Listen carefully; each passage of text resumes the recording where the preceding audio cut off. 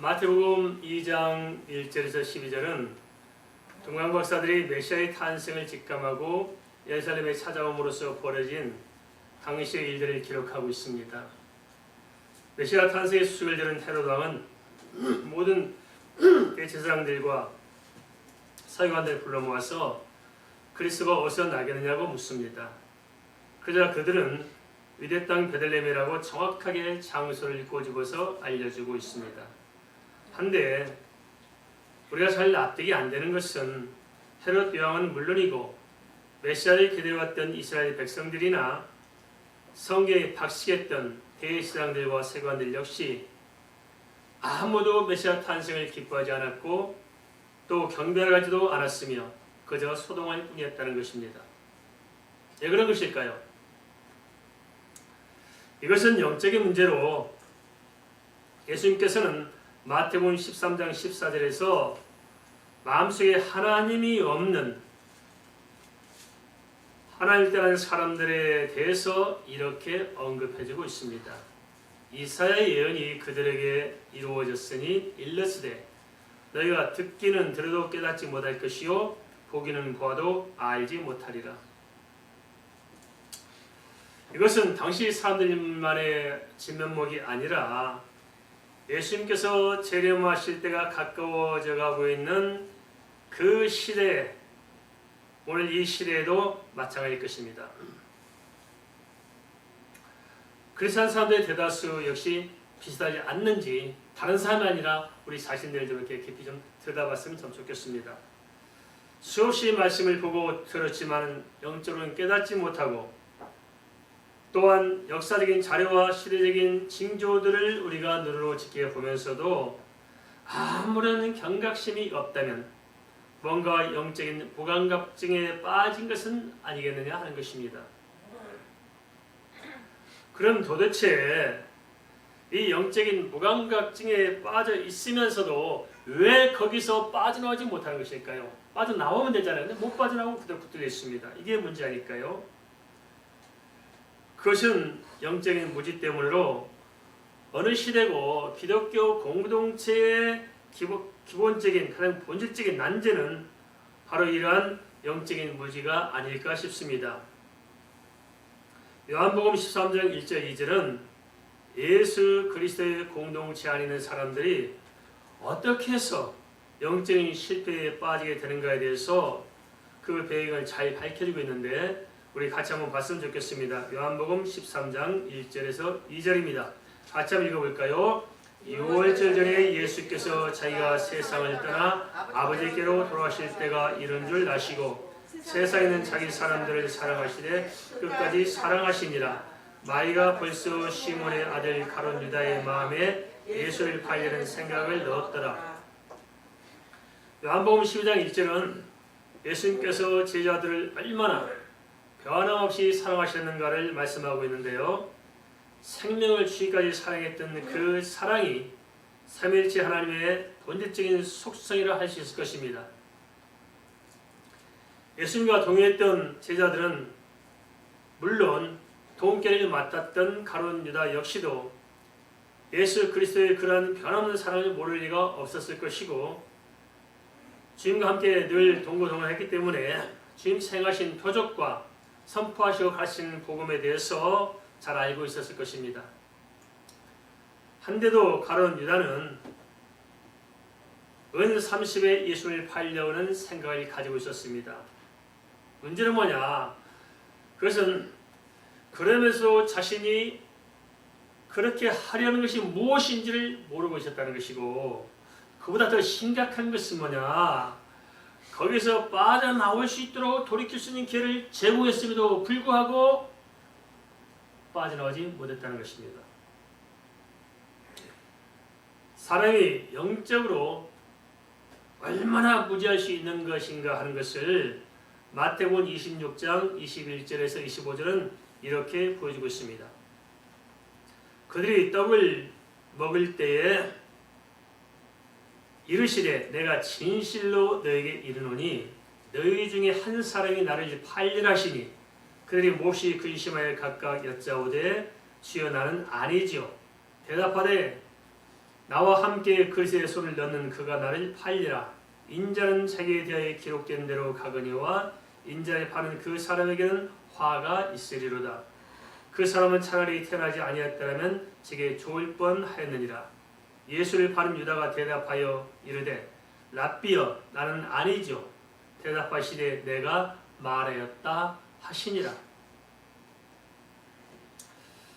주님께서는 유다를 빗대어 나와 함께 지금 그릇에 손을 넣는 그자가 나를 팔리라고 이야기했잖아요. 유다가 보니까 예수가 자기가 같이 손을 집어넣고 있잖아요. 그럼 지금 말씀하셨어요. 나와 함께 손을 넣는 유다 너가 나를 팔 것이다 이야기했습니다. 그럼 알아들어야 하잖아요. 그래도 깨닫지 못하고 유다가 뭐라고 그러니까 주님 나는 아니죠. 이렇게 말합니다. 그럴 때 주님께서 뭐라고 말씀하십니까? 너 유다라고 직접 알려주시기까지 하시잖아요. 그러면 유다가 깨닫고 돌이켰을까요? 아닙니다. 그는 분명 자신이 팔 것이라는 말을 들었음에도 그 말씀을 영적으로 깨달아 알지 못했던 것입니다. 자기 속에 예수를 팔려는 마음을 품고 있으면서도 자기가 예수를 판다는 사실을 알아요 몰라요? 몰랐다는 거예요. 도대체 그 이유는 무엇이었을까요? 요한복음 13장 2절은 마귀가 가룟 유다의 마음에 예수님을 팔 마음을 집어넣었기 때문이라고 알려주고 있습니다. 이 영적인 배경을 알았어야 되는데 이걸 몰랐던 거예요. 이게 무슨 말일까요? 우리가 참 속기 쉬운 게 이런 일들입니다. 예수 믿으면서 영적인 세계에서 너무 무지해서 전혀 모르고 항상 반복하는 허물과 실수가 바로 여기서 나옵니다. 무엇이냐 그것은 사람의 마음과 뜻과 생각이 있잖아요. 그러나 그 배후에 뭐가 있느냐? 우리의 배후에 성령께서 역사하고 있지만은 사실은 우리가 주의 언약 안에 경고에 서 있지 못하면은 우리 속에 누가 찾아오느냐? 말씨가 찾아오는 거예요. 그래서 우리의 마음을 사로잡아 분별 자체를 못하도록 마비시키는 것입니다. 다음 보면 유다와 같은 이런 사람들을 우리 주변에서 얼마든지 목격할 수 있을 것입니다. 안타까운 것은 그런 사람일수록 자신이 의로운 줄로 여길 뿐이지 자신이 마귀에 조종받고 있다는 이 영적인 비참한 실상을 깨닫지 못한다는 것입니다. 유다처럼 반복해서 바로 너라고 꼬집어 알려주어도 듣긴 듣는데 깨달아 알지 못한다는 거예요. 이러한 모습은 참 서글픈 일 아닌가 싶습니다. 그렇게 극단적인 경우는 아니라 할지라도 영적으로 분별력이 선명한 사람은 그렇게 흔치 않습니다. 마귀가 유다만 노린 것이 아니라 공세를 앞두고 40일 동안 금식을 마친 예수님께도 찾아와서 미혹했음을 기억해야 됩니다. 나는 괜찮다 하면 안 됩니다. 예수님도 마귀에 유혹했잖아요. 그럼 우리는요?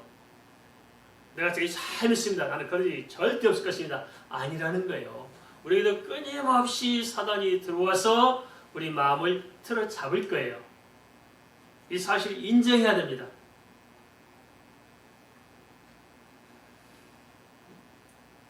예수님의 탄생과 더불어서 예수님을 죽이려 했던 헤롯의 음모나 또 당시 시대 사람들의 소동이나 그리고 또 대제사장들과 서기관들의 이 무심함이 납득하기 힘든 것은 그들의 그 영적인 무감각함과 그 무지함이 그들 속에서만 나온 것이 아니고 그 배후에 사단이 틀어잡고 있었기 때문이라는 사실들을 우리가 알아야 납득이 될 것입니다. 우리 이처럼 사람의 배후에서 벌어지는 영적인 세력들의 미혹을 간과하지 말고 깨어야 할 줄 믿습니다. 그러면 영적인 무감각과 무지에서 벗어나 하나님과의 관계에서 영적인 자리를 바로 찾아가는 것은 어찌해야 할까요? 그것은 무엇보다도 온전한 믿음으로 우리의 영적 자리매김을 다시 하는 데 있을 것입니다. 그게 뭐냐 구체적으로 영적인 자리매김을 바로 한다는 게 뭐냐. 이거 막연하고 수상적이잖아요. 그렇지 않습니다. 그래서 무엇을 의미하냐면 우리의 진짜 신앙 고백부터 생각해 봅시다. 신앙 고백을 한 번 나는 예수 그리스도를 영접했으니까 됐다. 그것이 아니고 진정한 신앙의 것은 지속적이고 연속적이고 반복적으로 하되 끝까지 하는 것이 신앙 고백입니다. 결혼식 올릴 때만 사랑하고 그에 사랑하지 않는 것이 아니잖아요. 지속적으로 끝까지 반복적으로 사랑하는 것이 진짜 사랑이듯이 우리의 신앙 고백도 그렇게 분명하고 끊이지 않아야 한다는 것입니다. 그러면서 그런 고백 속에 주님과 동행하는 삶을 우리가 유지해 지켜가는 것입니다. 만약 이러한 영적인 삶의 가치를 소홀히 여기고 태만하게 되면 누구나 가룟 유다와 같이 마귀의 미혹에 넘어갈 수 있을 것입니다. 데살로니가후서 2장 11절에서 12절은 영적으로 혼미한 삶의 현장을 들여다보면서 오늘 우리에게 이렇게 경고하고 있습니다. 이러므로 하나님이 미혹의 역사를 그들에게 보내사 거짓 것을 믿게 하심은 진리를 믿지 않고 불의를 좋아하는 모든 자들로 하여금 심판을 받게 하려 함이라. 영적인 사실을 알아야 이 말씀이 이해가 되지 않겠어요? 그렇죠? 어떻게 하나님 계속 가실 수 있을까? 영적인 사실을 보면 말씀이 이해가 됩니다. 오늘날에도 예수 믿으면서도 자칭 하나님, 자칭 예수를 쫓는 이단 사이비는 물론이고 각종 유사 복음이 얼마나 난무하는지 말할 수 없습니다. 사람의 눈에는 예수님의 신실한 제자처럼 보이지만 사실은 마귀에 미혹되어 자기 의름에서 벗어나지 못하는 가룟 유다 같은 사람들이 얼마나 많은지 말할 수 없다는 거예요. 유다가 어떤 사람이었을까요? 유다는 로마의 통치에 반감을 가지고 있었던 유대 민족주의의 어떤 주의였던 제루땅 출신이었습니다. 유대 민족의 민족주의적인 관점에서 본다면 그는 어쩌면 당시 시대에 주목받는 어려운 사람일 수도 있었을 것입니다. 한데 문제는 그가 민족주의자였을지는 모르지만 민족주의적인 어떤 자기의 그 어떤 정치적인 민족주의 그 이데올로기를 예수 그리스도의 복음 이해해 두었다는 게 이게 문제라는 거예요. 요즘도 그런 사람들 많잖아요. 우리 크리스찬들은 예수 그리스도의 복음이 절대적이어야 되고 그 어떤 것도 복음 이해에 놓아서는 안 되는데 복음보다 더 어떤 가치를 가지고 복음을 훼손시키는 사람들이 얼마나 많은지 모릅니다. 그런 사람이 시대적인 주의 종교처럼 보이지만 아니다. 싹둔 목재에 불과한 사실들을 명확히 봐야 되는데 바로 이런 점들이 바로 어쩌면 유다의 전체를 앓고 있는 것입니다. 유다가 그랬거든요. 당시 사람을 볼 때 유다는 얼마나 대단한 사람입니까? 자기 나라를 로마에서 구하겠다고 그렇게 발벗고 나선 그 제루땅 출신 유다를 볼 때 얼마나 대단한 사람이에요. 그런데 유다의 실수가 뭐냐? 그런 자기의 민족주의적인 정치적인 이데올로기를 예수 그리스도 그 이해해 놓았다는 게 큰 실책이었다는 것입니다. 마귀는 예수 그리스도의 복음의 진리보다도 자신의 의를 더 높였던 유다의 그 영적인 교만을 뚫고 파고들어서 영적으로 어리석고 무감각한 사람으로 전락시켰던 것입니다. 자신의 의를 버리지 못하고 마귀의 통로를 내준 그 대가는 실로 참혹한 것이었습니다. 예수님께서는 대놓고 직접 말씀하셨음에도 불구하고 자신이 하는 짓이 무엇인지 모르는 채로 예수님을 은 30에 팔았잖아요. 이런 실수를 참 많이 하고 있습니다. 주의 말씀에 분명히 깨닫고 알도록 기록되어 있고 또 그 말씀을 전해 주었음에도 불구하고 듣긴 듣고 보긴 보았는데도 알지 못해서 똑같은 오류를 범한다는 것입니다.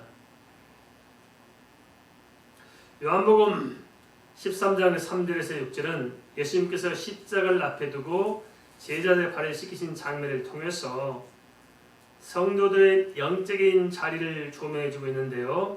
본문을 한번 살펴보겠습니다. 요한복음 13장 3절에서 6절 말씀 같이 볼까요? 저녁 먹는 중 예수는 아버지께서 모든 것을 자기 손에 맡기신 것과 또 자기가 하나님께로 오셨다가 하나님께로 돌아가실 것을 아시고 저녁 잡수던 자리에서 일어나 겉옷을 벗고 수건을 가져다가 허리에 두르시고 이에 대야에 물을 떠서 제자들의 발을 씻으시고 그 두르신 수건으로 닦기를 시작하여 시몬 베드로에게 이르시니 베드로가 이르되 주여 주께서 내 발을 씻으시나이까. 예수님께서는 왜 마지막 만찬 중에 제자들의 발을 씻기신 것일까요? 왜 뜬금없이 밥 먹다 말고 발 씻고 앉아 계시냐고요. 그것은 최후의 만찬이 뭡니까? 주님께서 십자가에 죽으실 거잖아요. 그것을 전제하고 그 바탕에서 주님께서 발을 씻기신 것은 제자들에게 주님을 따른 제자로서 지켜나가야 할 영적인 자리매김이 무엇인가를 마음에서 깊이 각인시키고자 하는 의도가 있었을 것입니다. 하나님이신 예수님께서는 피조물인 인간을 위해 대속의 십자가를 지시기 전에 제자들의 발을 씻기심으로써 영적인 자리매김에 대해서 결론적으로 두 가지를 시사해주고 있다는 것입니다. 하나는 뭐냐? 그것은 제3의 십자가를 지금 눈앞에 두고 있음으로 말미암아서 우리를 씻기시는 사건과 연결하여 그 본질적인 예수 그리스도의 그 대속이 무엇인가 하는 것을 보도록 하신 것이고요. 또 하나는 주님을 본받아 다른 사람의 발을 씻기는 자리까지 낮아져서 그들을 섬기라는 선교적인 방향을 제시하신 것입니다. 하나는 복음의 정체성을 지금 이야기해 준 것이고, 하나는 그 복음의 정체를 붙들고 예수님의 뒤를 따라서 발자취를 따라서 어떻게 살아갈 것인가 하는 선교적인 방향을 제시해 주는 아주 엄청난 중요한 사실이었다는 것입니다. 이것은 자신의 의의나 사회적인 신분과 인간적인 체면이나 내면의 고정관념까지 모두 내려놓고 주님의 십자가를 바라보고 주님의 발자취를 따르라는 그런 가르침이었을 것입니다. 다시 말하면 주님께서 제자들의 발을 씻기신 것으로 본을 보이신 것은 단순히 사람의 발이나 씻기라는 것이 아니라 주님의 십자가의 언약을 붙들고 사는 제자로서의 영적인 자리매김을 분명히 하고 그것을 확장시켜 나가라는 의미로 볼 수 있을 것입니다. 어떤 이유에서든지 또는 어떤 형편에서든지 이러한 언약의 자리, 이 우리 크리스찬으로서 크리스찬다운 믿음의 본질적이고 주께 받은 사명에 대한 분명한 인식을 떠나면은 반드시 그 안에 마귀가 파고든다는 것입니다. 동의하십니까? 항상 사단은 우리 빈틈을 노려요. 나는 괜찮다? 아니라는 거예요. 언제든지 사단은 우리 틈을 노리고 있다는 사실들을 알라는 것입니다. 영적인 자리매김을 제대로 하려면 먼저 주의 말씀을 듣고 깨달아 알고 믿음으로써 영적인 안목부터 좀 내려가야 할 텐데요.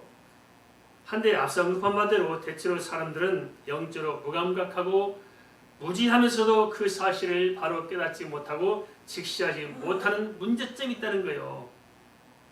우리가 잘 아는 말씀으로 요한계시록 3장 13절은 이러한 사실을 잘 들춰주고 있습니다. 뭐라 말씀하십니까? 요한계시록 3장 17절에 잘 아는 말씀이죠.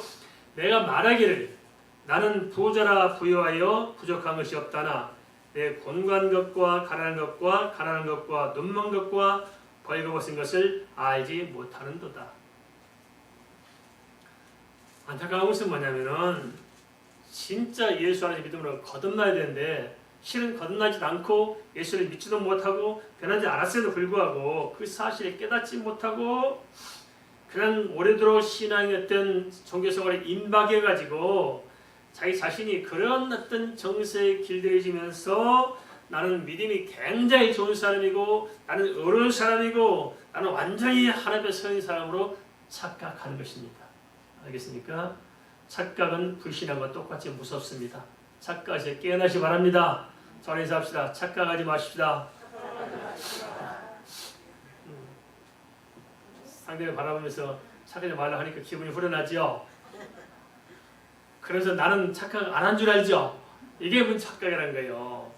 내가 착각했던 사실들을 발견해야 됩니다. 유다의 비극 역시도 이러한 기본적인 바탕이 뒤틀려 있었던 까닭이었습니다. 영적으로 무감각하고 무지한 유다를 요한복음 6장 64절에서는 이렇게 밝혀주고 언질하고 있습니다. 그러나 너희 중에 믿지 아니하는 자들이 있느니라 하시니 예수께서 믿지 않은 자들이 누구며 자기의 팔자가 누구인지 처음부터 아시느라. 유다는 처음부터 믿지 않았던 거예요. 믿지 않았는데 다른 사람이 보기엔 유다가 굉장히 믿음이 좋은 사람처럼 보였고 자기도 예수님을 쫓아다니고 있으니까 예수님이 제자인 줄 알았잖아요. 어떤 의미에서 유다는 시대적인 역사적인 의식을 가진 사람이었고 민족의 의식이 투철한 사람이면서 동시에 일처리 또한 잘한 사람이었고 사회적인 인맥도 폭넓게 갖춘 그런 사람이었을 것입니다. 그렇지만 영적인 관점에서 바라볼 때 그는 주님과에게 동거동락을 하면서도 주님이 누구보다도 가까이 있던 사람에서도 불구하고 끝내 그는 주님이 누군지 몰랐고 주님을 믿지 못했던 것입니다. 이게 문제가 아닐까요? 우리 주변에 그렇잖아요. 참 예의 바르고 성격도 좋고 실력도 있고 막 애국심에도 불타는 사람도 있어요. 사회적인 역량도 있고 처신도 불만한 사람도 있습니다. 그렇지만 아무리 그럴지라도 영적으로는 유다의 선을 넘지 못해서 자기의 의를 예수 그리스도의 십자가의 복음 위에 두는 사람은 하나님 보시기에는 사단의 종에 불과할 것입니다. 이게 속지 마시기 바랍니다. 그래서 옳은 소리, 바른 소리 하는 사람들이 제일 문제예요. 자기 자신의 허물을 알고 나의 죄성을 아는 사람은 절대 옳은 소리, 바른 소리 못해요. 알겠습니까? 내가 허물이 많거든요. 그래서 기도할 뿐이지 바른 소리 못해요. 목사님 저도 절대 바른 소리 안 합니다. 개인적으로 제가 바른 소리 하는 사람 들어봤습니까? 없어요. 안 해요. 해봤자 소용이 없거든요. 안 되는 거거든요. 말씀을 잘하면 그뿐이고 기도할 뿐이에요. 역사는 지금 하셔야 되잖아요. 개인적으로 아무리 책망해보셔도 됩니까? 안 되는 거예요. 영적인 문제이기 때문에 그렇습니다. 근데 묘하게 그래요. 율법적인 신앙에 길들여진 사람들, 자기 의에 부딪힌 사람들, 자기가 믿음이 좋은 줄을 착각하는 사람들은 이게 보통 심각한 문제가 아니에요. 뭐가 심각하나 자기 자신을 모르는 거예요. 유다가 그런 사람이었거든요. 굉장히 어려운 사람이었잖아요. 시대적 인물이었잖아요. 다 다른 사람 볼 때 유다가 굉장한 사람이잖아요. 예수님의 제자 중에서 돈깨를 맡은 사람이잖아요. 핵심적 인물이잖아요. 유다 자신도 그렇게 생각할 수 있었을 거예요. 그런데 뚜껑을 읽어보니까 그래 안 그래요? 안 그런 거예요. 이런 착각에서 빠져나와야 된다는 것입니다. 인간적인 자기 생각에서 빠져나와서 영적인 안목을 가지라는 거예요.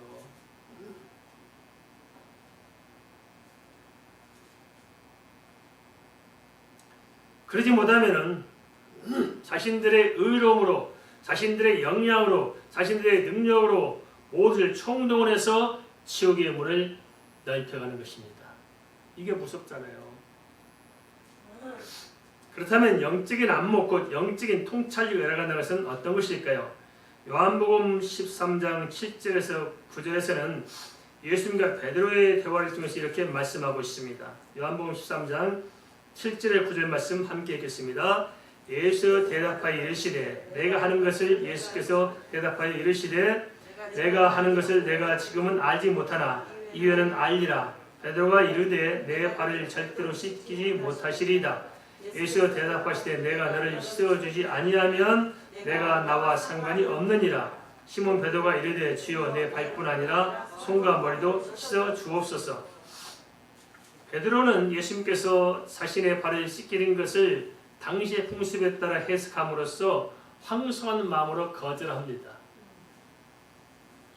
하지만 이것은 베드로 자신의 어떤 인간적인 생각일 수 있어요. 그죠? 당시 습성, 문화적인 저였기 때문에 어떻게 주님께서 나 같은 사람 발을 찢을 수 있겠습니까? 지금 절대 안 됩니다. 할 수 있다는 거예요. 하지만 성경적인 관점, 영적인 관점에 볼 때 이것은 정당한 것이 아니라는 거예요. 왜냐? 그것은 다만 베드로 자신의 어떤 인간적인 자기 머리와 자기 속에 나온 생각에 불과할 뿐이지 영적인 차원에서 말씀하신 주님의 의도와는 전혀 다르다는 거예요.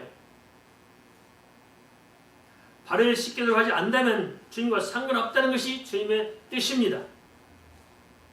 육신적인 인간의 관점과 이 영적인 하나님의 관점이 같아야 되는데 다를 때 문제가 생긴 것입니다. 그럴 때 어떻게 해야 될까요? 내 뜻에 하나님 뜻을 맞춰갈까요? 내가 하나님 뜻에 쫓아가야 될 것일까요? 우리가 주님 앞에 쫓아가야 될까요? 주님께서 우리에게 맞춰줘야 할까요? 실제 그렇게 살고 있습니까? 나에게 주님께서 맞춰주기를 원하시잖아요. 주님 돈 좀 주세요. 주님 새끼들 속 좀 안 쓰게 해주세요. 제발 저 새끼 나이가 이제 마음대로 장가 좀 보내주세요. 우리 항상 내 뜻에 주님 맞춰줘야 돼요. 주님께서 반대로 우리에게 복음 전하라 기도하라면 그건 관심 없어요. 절대 주님은 우리에게 뭘 할 수 없어요. 우리가 필요한 건 요구할 뿐이에요.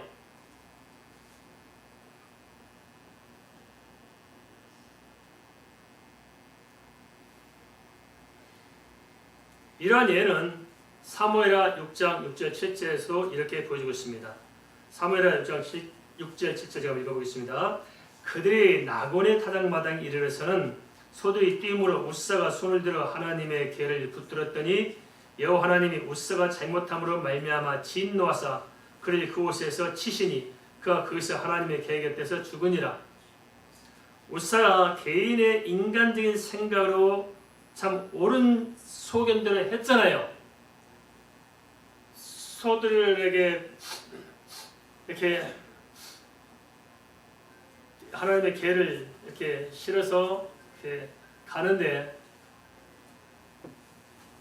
그에 마차에서 떨어지잖아요. 그것도 하나님의 계가. 그럼 웃사 생각 어떻게 합니까? 그래서 계를 붙들어서 안 떨어지게 해야 될까요? 내버려 둬야 될까요? 사람 생각해서 잡고 안 떨어지고 하는 것이 당연한 거잖아요. 그게. 근데 우리가 여기에 속을 수 있다는 거예요. 옳다고 옳은 게 아니고 당연하다고 당연한 게 아닐 수 있다는 데 대해서 우리가 눈을 떠야 한다는 거예요. 웃사가 왜 심판을 받았을까요? 왜 그랬을까요?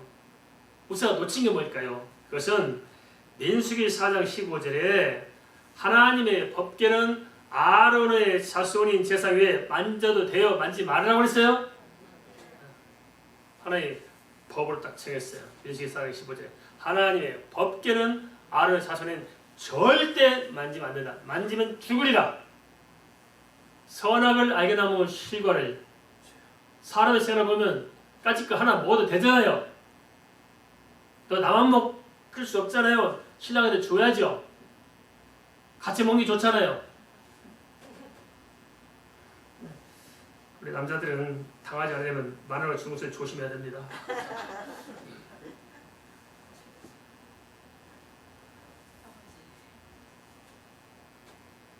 신앙에서는 하나님의 준엄한 말씀을 어기고 있다는 사실을 몰랐던 거예요. 무지했던 거예요. 그런 관점에서 바라보지 못했던 거예요. 마태복음 16장 21절에도 비슷한 사건이 등장합니다.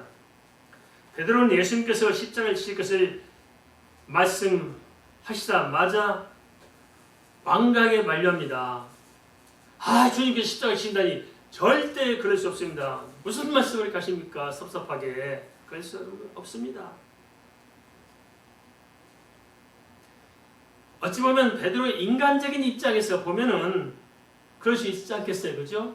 주님이 돌아가시는데 아닙니다 주님 그러지 마세요 할 수 있어요. 그렇지만 예수님께서는 그런 베드로에게 어떻게 말씀하셨습니까? 예수께서 돌이키시며 베드로에게 이르시되 사탄아 내 뒤로 물러가라.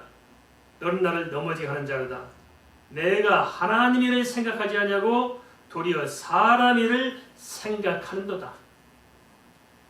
사람의 관점에 보면 옳은 처신처럼 보일지 몰라도 주님의 관점에서는 사단의 통로, 사단의 앞잡이가 되어 있다는 것입니다. 이걸 조심해야 됩니다.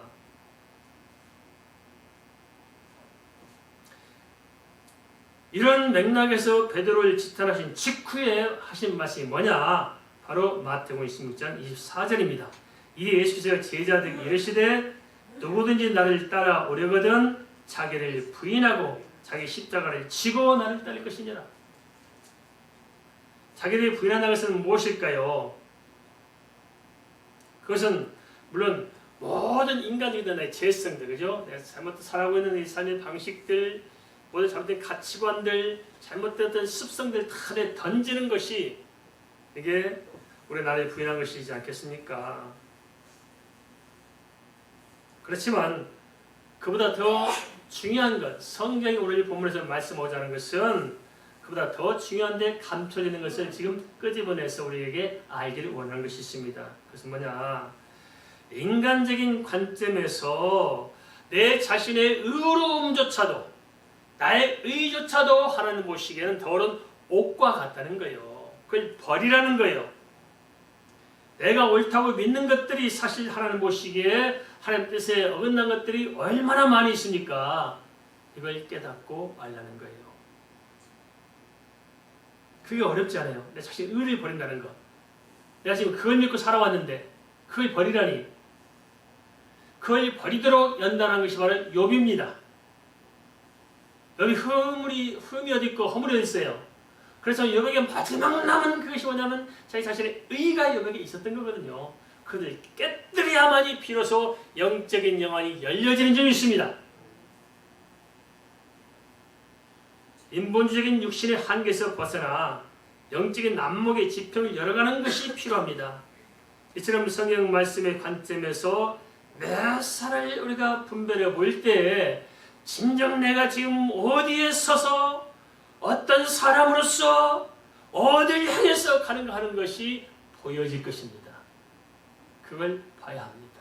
그게 영적인 사람이고 영안이 열린 사람이고 영적인 통찰력을 가진 사람이라는 것입니다. 요한복음 13장 7절에서 9절 역시 마찬가지로 예수님께서는 단순히 발만 씻기기 위함이 아니라 이러한 일을 통해서 예수 그리스도와의 연합과 일치를 말씀하고자 하신 것이며 하나님 앞에서 제자들의 영적인 안목을 열어주시고자 하신 것입니다.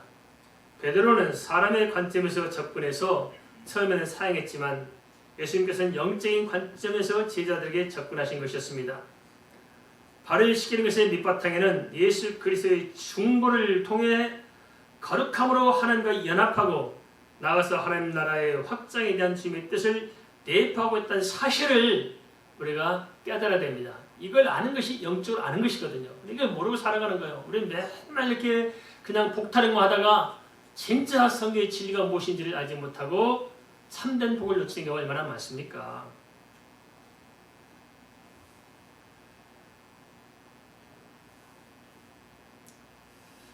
요한복음 13장 14절 15절은 그래서 다시 이렇게 정리해서 말씀해주고 있습니다. 내가 주와 또는 선생이 되어 너희 발을 씻었으니 너희도 서로 발을 씻어주는 것이 옳으니라. 내가 너에게 행한 같이 너희도 행하게 하려 하여 본을 보였노라. 이러한 영적인 안목은 사람의 생각을 벗고 믿음으로 주님을 바라볼 때 열려질 것입니다. 성경은 영적인 세계에 대해서 말씀하는 것이기에 사람이 자신의 틀에 갇혀 있으면 영적인 말씀을 영적으로 깨닫지 못하고 자기 나름대로 해석하여 받아들이기 쉽습니다. 이런 점을 믿음으로 결단하고 자아의 틀을 깨뜨려 나갈 때 영적인 안목이 깊어질 것입니다. 중요한 것이 무엇이냐? 중요한 것은 나 자신이 지금 영적으로 내가 어떤 사람이고 나의 영적인 상태가 지금 어떤 것인지를 우리가 정확하게 직시해 볼 수 있는 것입니다. 그죠? 나 자신을 발견하는 거예요. 예수 만나면 첫 번째 주어진 일이 하나님 알게 되잖아요. 하나님을 알게 되면 하나님 앞에 나를 비춰볼 수 있게 되잖아요. 그래서 믿음이 깊어진다는 것은 예수님을 더 깊게 알아가는 것이고 또 하나님을 깊게 알아가는 것이고 동시에 나를 깊게 발견하는 거예요. 내가 깊게 발견됨으로 말미암아서 하나님 말씀하신 이 세상을 어떻게 살아가야 되는가 하는 것을 현명하고 지혜롭게 찾아가는 것입니다. 이게 영적으로 깊어지는 거거든요.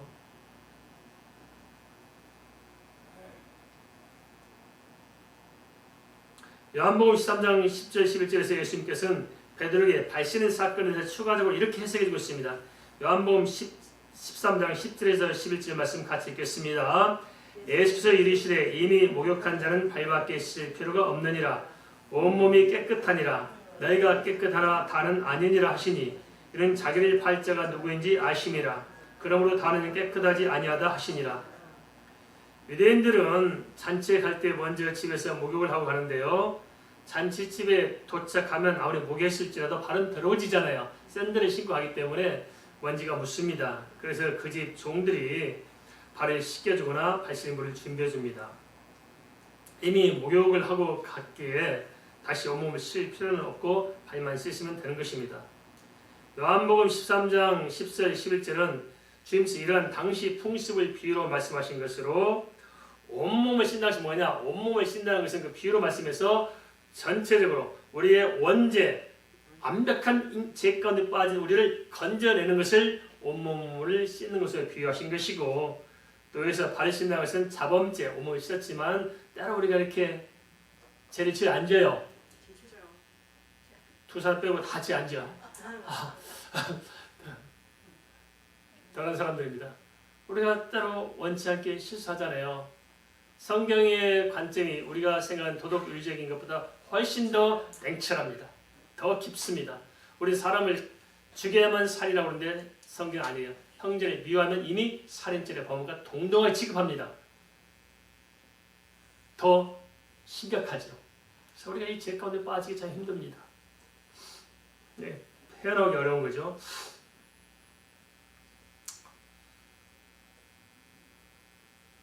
이러한 것을 우리가 좀 들여다보면서 우리 자신을 비춰볼 필요가 있지 않겠나 싶습니다. 어떻습니까? 나는 발만 씻으면 되는 사람인지 아니면 온몸을 씻어야 하는 사람인지부터 좀 살펴보자는 거예요. 그죠? 겁났습니까? 아닙니까? 좀 진지하게 고민해보자는 거예요. 착각하지 말고, 그래서 진짜 들여다보자는 것입니다. 이 점을 놓고 주님께서는 베드로와 유다를 비교하면서 발만 씻으면 되는 겁난 사람과 온몸을 씻어야 하는데 끝내 씻지 못한 사람에 대해서 말씀하고 있습니다. 내가 어느 쪽에 속한 사람인가 한번 두 사람을 말씀드릴 테니까 비교하면서 내가 어떤 사람인가 좀 살펴보면 우리 자신을 좀 알 수 있지 않겠나 싶습니다. 표면적으로 보십시다. 표면적으로 보면은 유다는 굉장히 지혜롭고 처신이 빠른 사람이고 뭔가 시대적인 어떤 역사의식, 어떤 시대 정신을 가진 그런 사람이었을 것입니다. 반면에 베드로는 어부 출신으로 좀 우직하고 좀 어찌 보면은 좀 성질이 다급하고 둔해 보이는 사람일 것으로 여겨집니다. 하지만 영적으로 보면 전혀 다를 수 있다는 것입니다.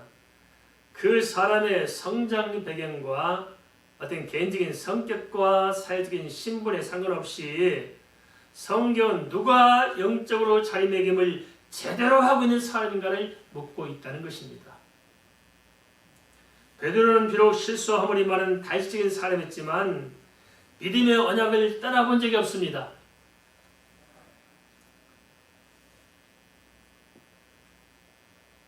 영적인 관점에 본다면 두 사람의 중요한 차이점은 바로 이것입니다. 다시 말하면 거듭난 사람인가 거듭나지 못한 사람인가 하는 갈림길이 바로 이거란 것입니다. 그게 뭐냐?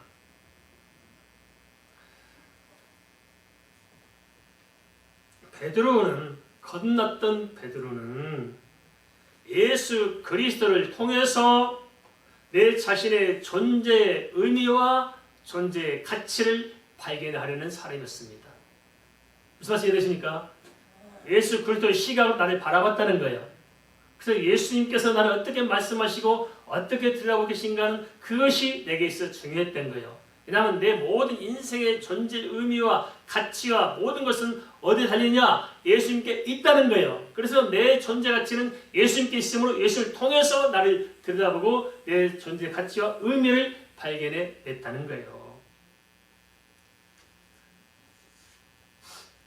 반면에 유다는 내 자신의 관점에서 내 생각과 내 사상과 내 살아가는 모든 것과 내 모든 것을 통해서 현재 내 자신의 입장에서 예수 그리스도의 존재와 예수 그리스도의 의미를 해석하고 나의 필요를 찾고자 했다는 거예요.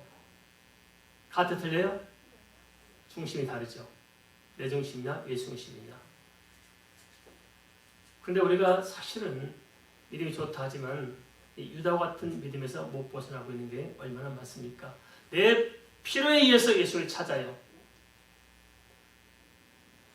돈이 필요한 예수, 돈 주는 예수, 장가가게 하는 예수, 시가게 하는 예수, 출세하게 하는 예수, 병 고치는 예수.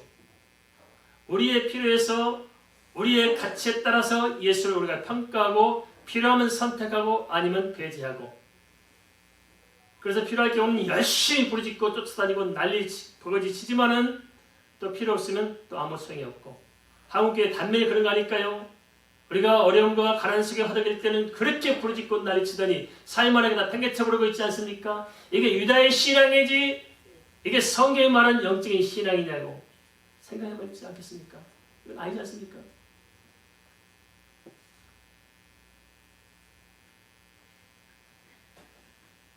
이러한 배경을 살펴볼 때 우리 자신의 영적인 상태는 어느 쪽에 더 가까운 것일까요? 이걸 보면 우리가 다시 목욕을 해야 할 사람인지 목욕을 해야 할 사람인지 발만 씻어야 할 사람인지 알 수 있잖아요. 진짜 걷는 사람이 아닌가?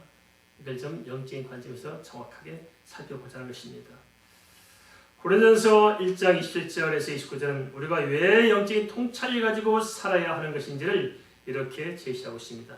그러나 하나님께서 세상의 미련한 것들을 택하사 지은 자들을 부끄럽게 하려 하시고 세상의 약한 것들을 택하사 강한 것들을 부끄럽게 하려 하시며 하나님께서 세상의 천한 것들과 멸시받는 것들과 없는 것들을 택하사 있는 것들을 피하려 하시나니 이는 아무 일체도 하나님 앞에서 자랑하지 못하게 하려 하심이라. 우리의 소망이 육체에 있습니까? 아니면 영적인 하나님 나라에 있습니까? 어느 쪽일까요? 이 세상에서 우리가 삶을 잘 산다는 것이 무엇일까요? 어찌보면 우리는 암에 걸려있지 않더라도 누구나 시한부 인생을 살고 있습니다. 동의하십니까? 시한부 인생을 살고 있다.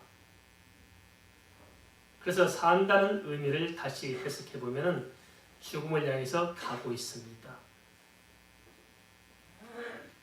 그런데 벌써 엊그제 메리 크리스마스 했는데 또 금방 메리 크리스마스 하러 야, 밥 새끼 어디 가서 먹고 온 것밖에 없는데 한 해가 다 갔어요.